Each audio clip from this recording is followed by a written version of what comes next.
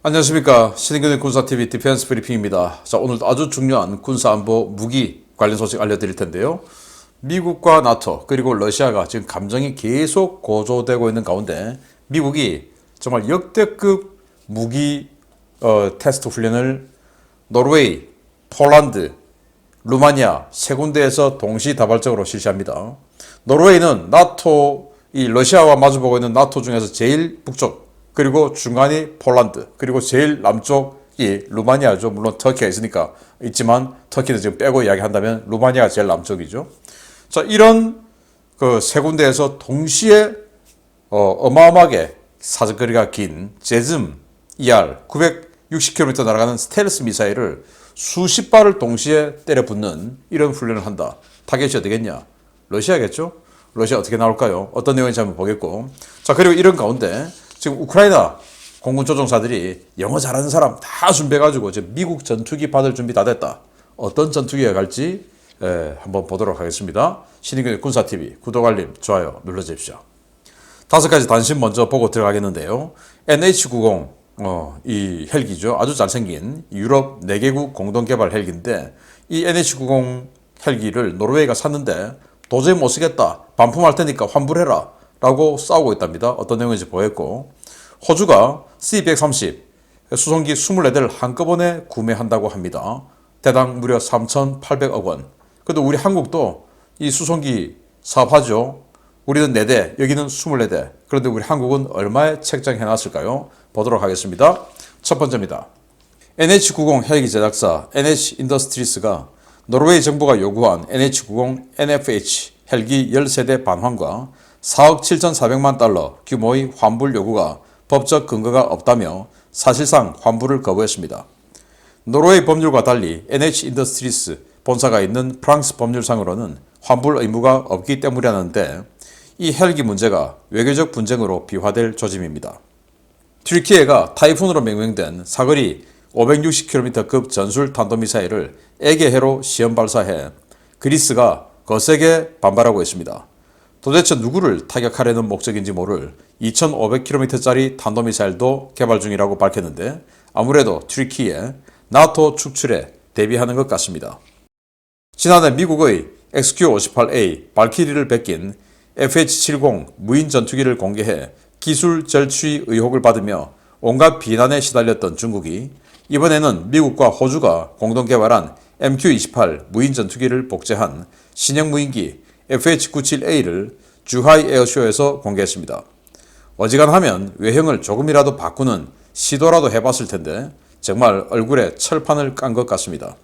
미국군과 시코르스키 방위고등연구계획국 일명 다르파가 UH-60 블랙호크 헬기의 자율비행 시스템 최종 실험을 완료했으며 블랙호크 무인화 시스템의 실전 배치 여부를 고민하고 있다는 소식입니다. 이륙과 착륙, 목표 지역까지의 비행과 마네킹 모의 병력 승하차까지 성공했는데 과연 가까운 시일 내에 무인화된 블랙호크가 전장을 누비는 모습을 볼 수 있을지 기대됩니다. C-17 8대, C-130J 12대와 C-27 10대 등의 전력으로 충분한 수송 전력을 갖춘 호주가 C-130J 30 중형 수송기 24대를 일괄 구매하기로 했다는 소식입니다. 약 9조 원의 비용, 대당 약 3,800억 원에 24대를 구매하는데 대형 수송기 사업을 진행 중인 우리나라, 아무래도 예산 계획을 한참 잘못 세운 것 같습니다. 자, 여기 이 헬기죠. 정말 잘생겼습니다.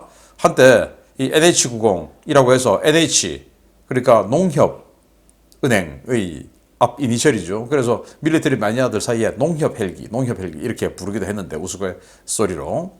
인기 좋았어요. 그런데 이게 프랑스, 독일, 네덜란드, 이탈리아 4개국 선진국이죠. 이 4개국이 공동 개발했는데 이게 정말 생긴 것과 달리 그들이 애초에 홍보했던 시간당 운영 유지비 다 꽝이었고, 그리고 신뢰성 꽝이었고, 이렇게 해서 이 NH90을 도입해간 나라들, 뭐 호주나 이런 나라들이 도저히 못 쓰겠다. 조기 퇴역. 이 노르웨이는 반품할 테니까 돈 돌려줘.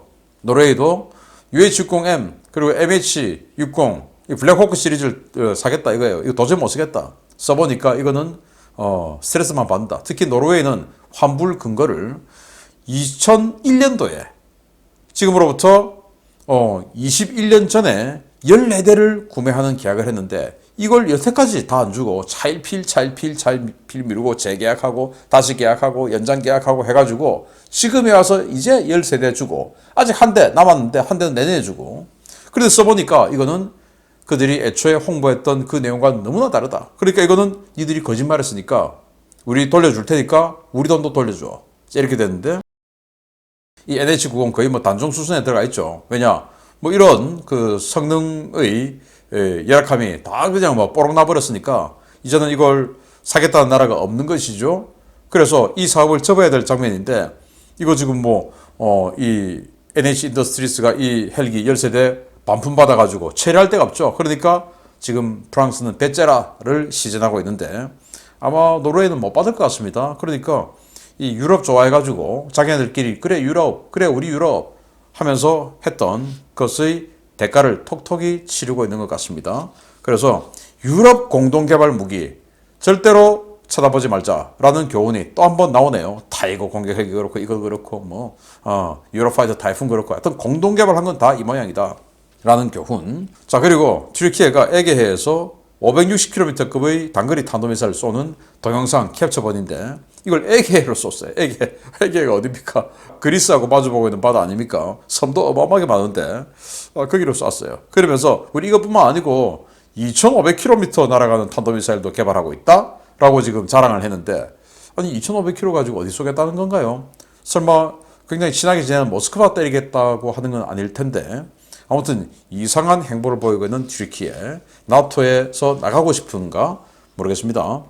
자 이거 미국하고 호주가 공동 개발한 로열 윙맨 MQ-28하고 똑같이 생겼어요. 크기, 생긴 거 모든 것이 똑같이 생겼어요. 아니 뭐 뺏길 거면 약간 그래도 형상 요만큼이라도 좀 바꾸고 그리고 크기를 약간이라도 좀 줄이고 하든지 너무너무 똑같이 생긴 걸 우리가 독자 개발했어 하고는 이렇게 중국의 국영 기업이 이런 식으로 주하이 에어쇼에 공개를 했다. 정말 이 도덕성이라고는 또 명예심이라고는 눈꼽만치도 없는 자들이 아닌가라는 생각이 드네요. 자, UH-60 무인화. 자, 이 헬기가 UH-60 뭐 누구나 다 아는 헬기죠. 그런데 가만히 보시면 사람이 없어요. 조종석, 부조종석 다 사람이 없어요.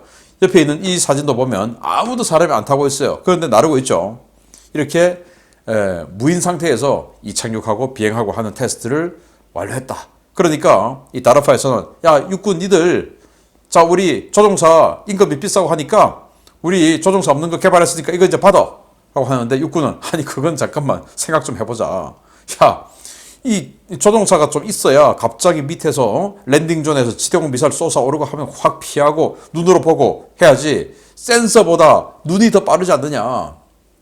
그러니까 이건 아직은 좀 시기상조 아니냐라고 지금 육군은 좀 난색을 표하고 있는데 다르파는 야 신기술이니까 우리 했으니까 좀 해야지 빨리 받아 라고 하는데 야 이건 좀 제가 봐도 아닌 것 같다. 또 여기 사람 뭐 뒤에 한 개 보병분대 태우면 그 보병분대가 조종사도 없는데 막 날아가고 밑에서 총탄 빗발치고 있는데 마음이 어떻겠습니까? 그리고 또 이걸 저기 이 조종석을 해킹해버리면 그대로 뒤에 보병들 태우고 그냥 적국 이 기지로 살포시 착륙해버릴 거 아니겠습니까?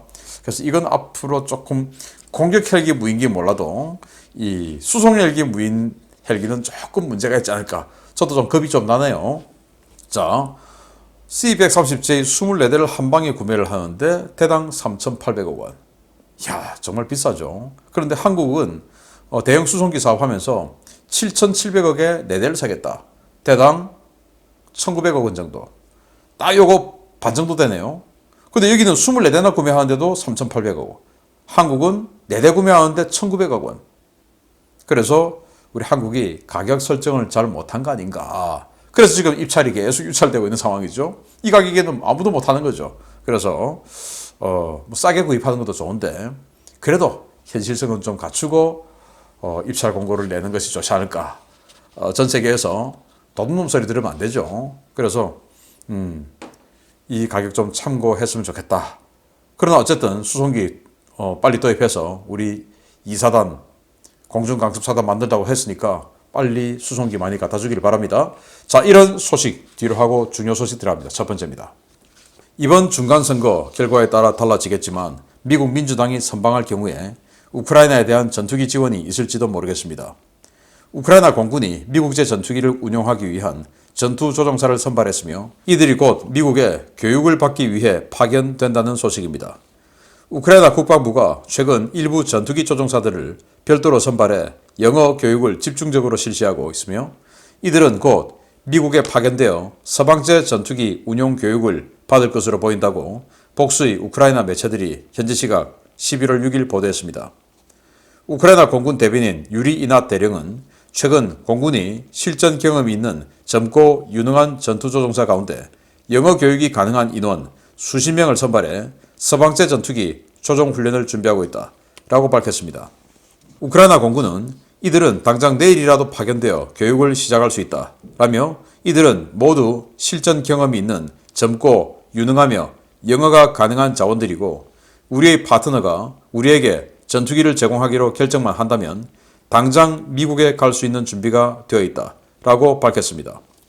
이와 관련해 올렉시 레즈니코프 우크라이나 국방장관은 지난주에 우크라이나 언론들과의 인터뷰에서 우리는 곧 에이브람스 전차를 받을 것으로 낙관하고 있는데 미국의 F-15나 F-16, 스웨덴의 그리펜 같은 전투기들도 인수가 가능할 것이라고 확신한다 라고 밝힌 바 있습니다.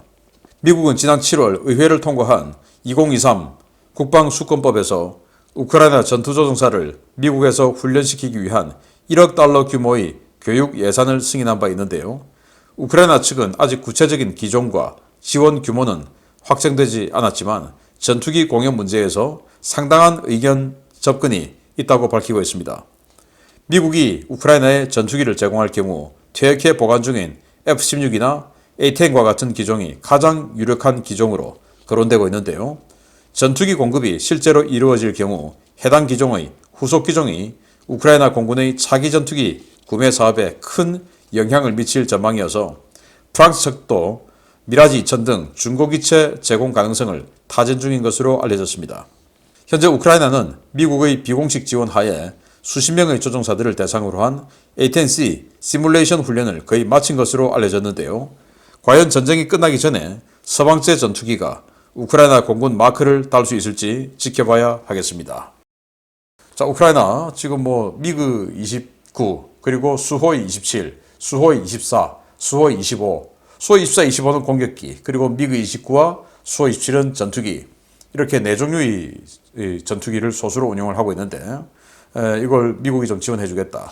그래서 이 사진 보시면 모처에서 미국의 퇴역 조종사들이 우크라이나 조종사들에게 A-10 공격기를 조종할 수 있는 시뮬레이션 훈련을 지금 제공하고 있다라는 사진을 공개한 건데 이 사람은 아마 미국 사람이겠죠. 이 사람은 우크라이나 사람이겠죠. 이렇게 해서 공개한 적이 있는데 이들 수십 명이 이제는 그 훈련 다 마쳤다. 그러면 A-10 받으면 되죠. 이거 이제 가능성이 아주 높아요. 근데 우크라이나는 A-10보다는 F-16, F-15, 그리펜 이런 제공 전투기가 받고 싶은가 봅니다. 왜냐? 그들이 우리는 받을 수 있다라고 한 것 중에 A-10 말은 안 했어요. A-10은 워낙 노후 기종이고 이러니까 이야기를 안 한 것 같고 F-15나 F-16 워낙 강력한 전투기니까 그거 받고 싶겠죠. 그리고 이제 그리펜 같은 경우도 최근 체코에서 리스 계약 끝나가지고 계약 연장 안 된 거 그거 그냥 야 니들 그거 있으니까 그거 우리 좀 되잖아 라는 욕심이 딱 생겨서 그리펜 딱 던지면 받을 수 있겠지. 이제 이런 계산하에 이야기하는 것 같습니다. 아무튼 이 F-15 같은 경우도 그걸 왜 하냐?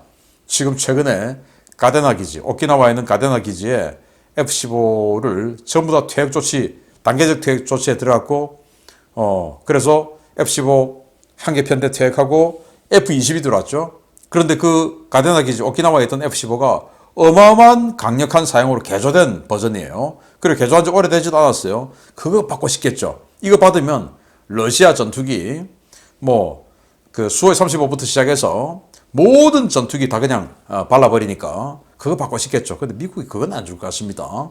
그래서 뭘 줄 것이냐. 그리고 우리 이것뿐만 아니고 에이브람스 전차, M1A2, M1A1 그것도 받을 준비되어 있거든요. 이렇게 지금 미국에 구애를 하고 있는데 모든 것은 민주당이 선거에서 이겨야 확률이 높아진다. 왜? 공화당은 우크라이나에 지원해 주는 거 반대. 지금 이러고 있으니까 지금 이제 선거 결과가 곧 나오겠죠. 어떻게 될지 귀추가 주목됩니다. 뭐 근데 공화당이 다수당이 되든 민주당이 다수당이 되든 어쨌든 우크라이나를 좀 지원해 주는 것은 스탑하지 말았으면 좋겠다라는 생각은 드네요. 아무튼 이런 상황이 있고, 두 번째입니다. 미국이 수송기에서 제즈미알 미사일을 대량으로 투발하는 신개념 무장 투발 시스템, 일명 레피드 드래곤을 러시아 코앞에서 시연한다는 소식입니다. 사흘간 러시아 전략 자산이 몰려있는 무르만스크 앞에서 무력 시위성 시연이 있을 예정인데 러시아가 크게 반발할 것으로 보입니다. 미국이 오는 11월 9일부터 11일까지 다수의 수송기 전력을 동원해 노르웨이 북부 해역에서 레피드 드래곤 시스템 무력 시위를 실시할 예정이라고 노르웨이 국방부가 현지 시각 11월 6일 밝혔습니다. 노르웨이 북서 해역 상공에서 미국, 노르웨이, 영국, 폴란드, 루마니아 등이 참가하는 가운데 실시될 이번 훈련에서 미국은 C-17과 C-130 수송기를 이용해 공중에서 대량의 제즈미알 미사일을 투발하는 레피드 드래곤 시스템을 시연할 예정입니다. 미국과 노르웨이가 훈련 공역으로 설정한 지역은 러시아 북방 함대 전력이 몰려있는 우르만스크에서 직선 거리로 약 740km 떨어진 곳인데요. 미국은 이 지역에서 실탄 발사 훈련을, 폴란드와 루마니아 상공에서는 모의 발사 훈련을 동시에 진행할 예정입니다. 미국이 레피드 드래곤 시스템을 미국 영토 밖에서 시연하는 것은 이번이 처음인데요. 수송기를 미사일 캐리어로 탈바꿈시키는 이 시스템은 전략적으로 엄청난 위력을 발휘할 수 있어서 훈련 시작과 함께 러시아의 강력한 반발작용을 불러일으킬 것으로 예상됩니다. 레피드 드래곤 시스템은 이른바 파레타이징 캐니스터, 즉 화물용 팔레트를 미사일 발사 캐니스터로 개조해 수송기에서 투하한 뒤 낙하산을 전개시켜 천천히 낙하하는 캐니스터에서 미사일을 연달아 점화시키는 방식의 새로운 미사일 투발 시스템인데요. C-17 수송기에는 9발들이 팔레트 8개, C-130J 수송기에는 팔레트 3개를 실을 수 있어서 각각 72발과 27발의 제즈미알 미사일을 투발할 수 있습니다. 레피드 드래곤 시스템은 아직 본격적으로 실전 배치되지 않은 시스템이지만 본격적으로 운용될 경우에 일반 수송기를 전략 폭격기보다 뛰어난 미사일 캐리어로 변신시킬 수 있어서 중국과 러시아가 가장 경계하는 시스템으로 평가되고 있습니다. 노르웨이 북서부 해역과 폴란드, 루마니아에서 동시에 실시되는 이번 훈련은 누가 보더라도 러시아를 겨냥한 대규모 스텔스 미사일 투발 훈련인데요. 과연 러시아가 이 훈련을 그냥 잠자코 보고만 있을지 모르겠습니다. 자, 여기 보시면 미사일이 뭐 이런 이상한 구조물에서 툭툭 떨어지고 있어요. 이게 뭐 이렇게 해서 내려꽂는 폭탄이 아니고 이게 미사일이에요. 그래서 뚝 떨어지다가 로켓이 확점화되어서 확 비행을 이제 하기 시작하는 그런 건데, 이거 어디서 떨어지냐?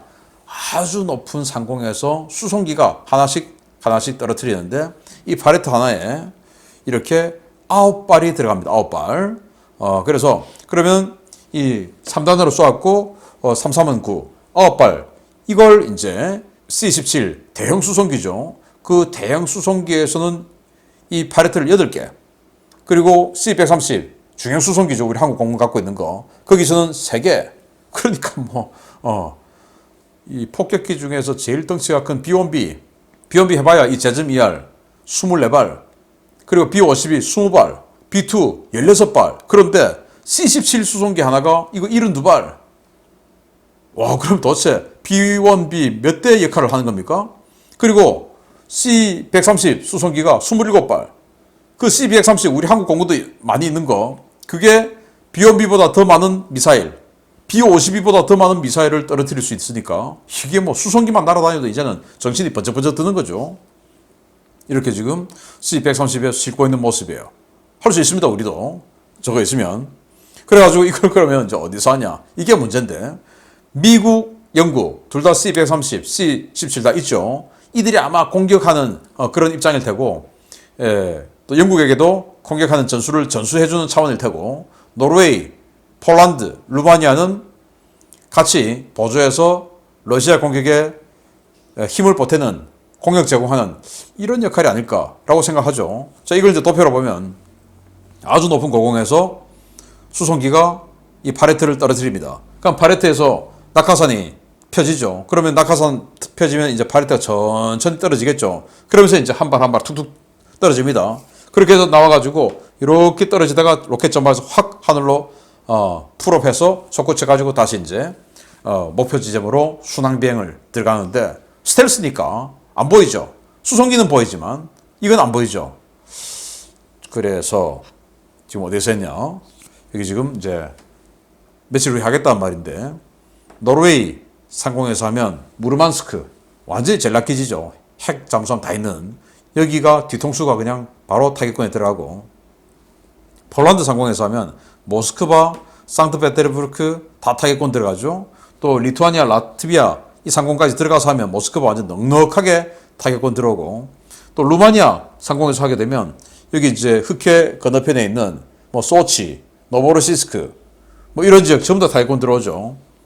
이런 식으로 나토의 가장 북쪽 또 중간 남쪽 이 세 군데에서 동시에 물론 이 두 군데는 이제 비사격 훈련하고 여기는 실사격 훈련하지만 어쨌든 이렇게 사격 훈련한다. 그럼 러시아가 가만히 있을 것이냐? 어떤 반발하는지 또 알려드리도록 하겠고요. 아무튼 이런 식으로 계속 뭔가가 무기체계가 개발되면서 서로에게 겁을 주고 그 겁을 주는 것이 또 억제력으로 작용하고 이게 이제 무기체계의 발전 단계인데 우리도 북한처럼 핵은 없지만 북한을 언제든지 이런 식으로 우리 수송기 많으니까 언제든지 그냥 수백 발을 쏟아넣어서 너가 숨어 있을 것으로 예상되는 모든 곳을 우리는 초토화시킬 수 있어 라는 억제력을 북한에게 좀 보여주면 어떨까 라는 생각이 듭니다. 계속 알려드리겠습니다. 마치겠습니다. 감사합니다.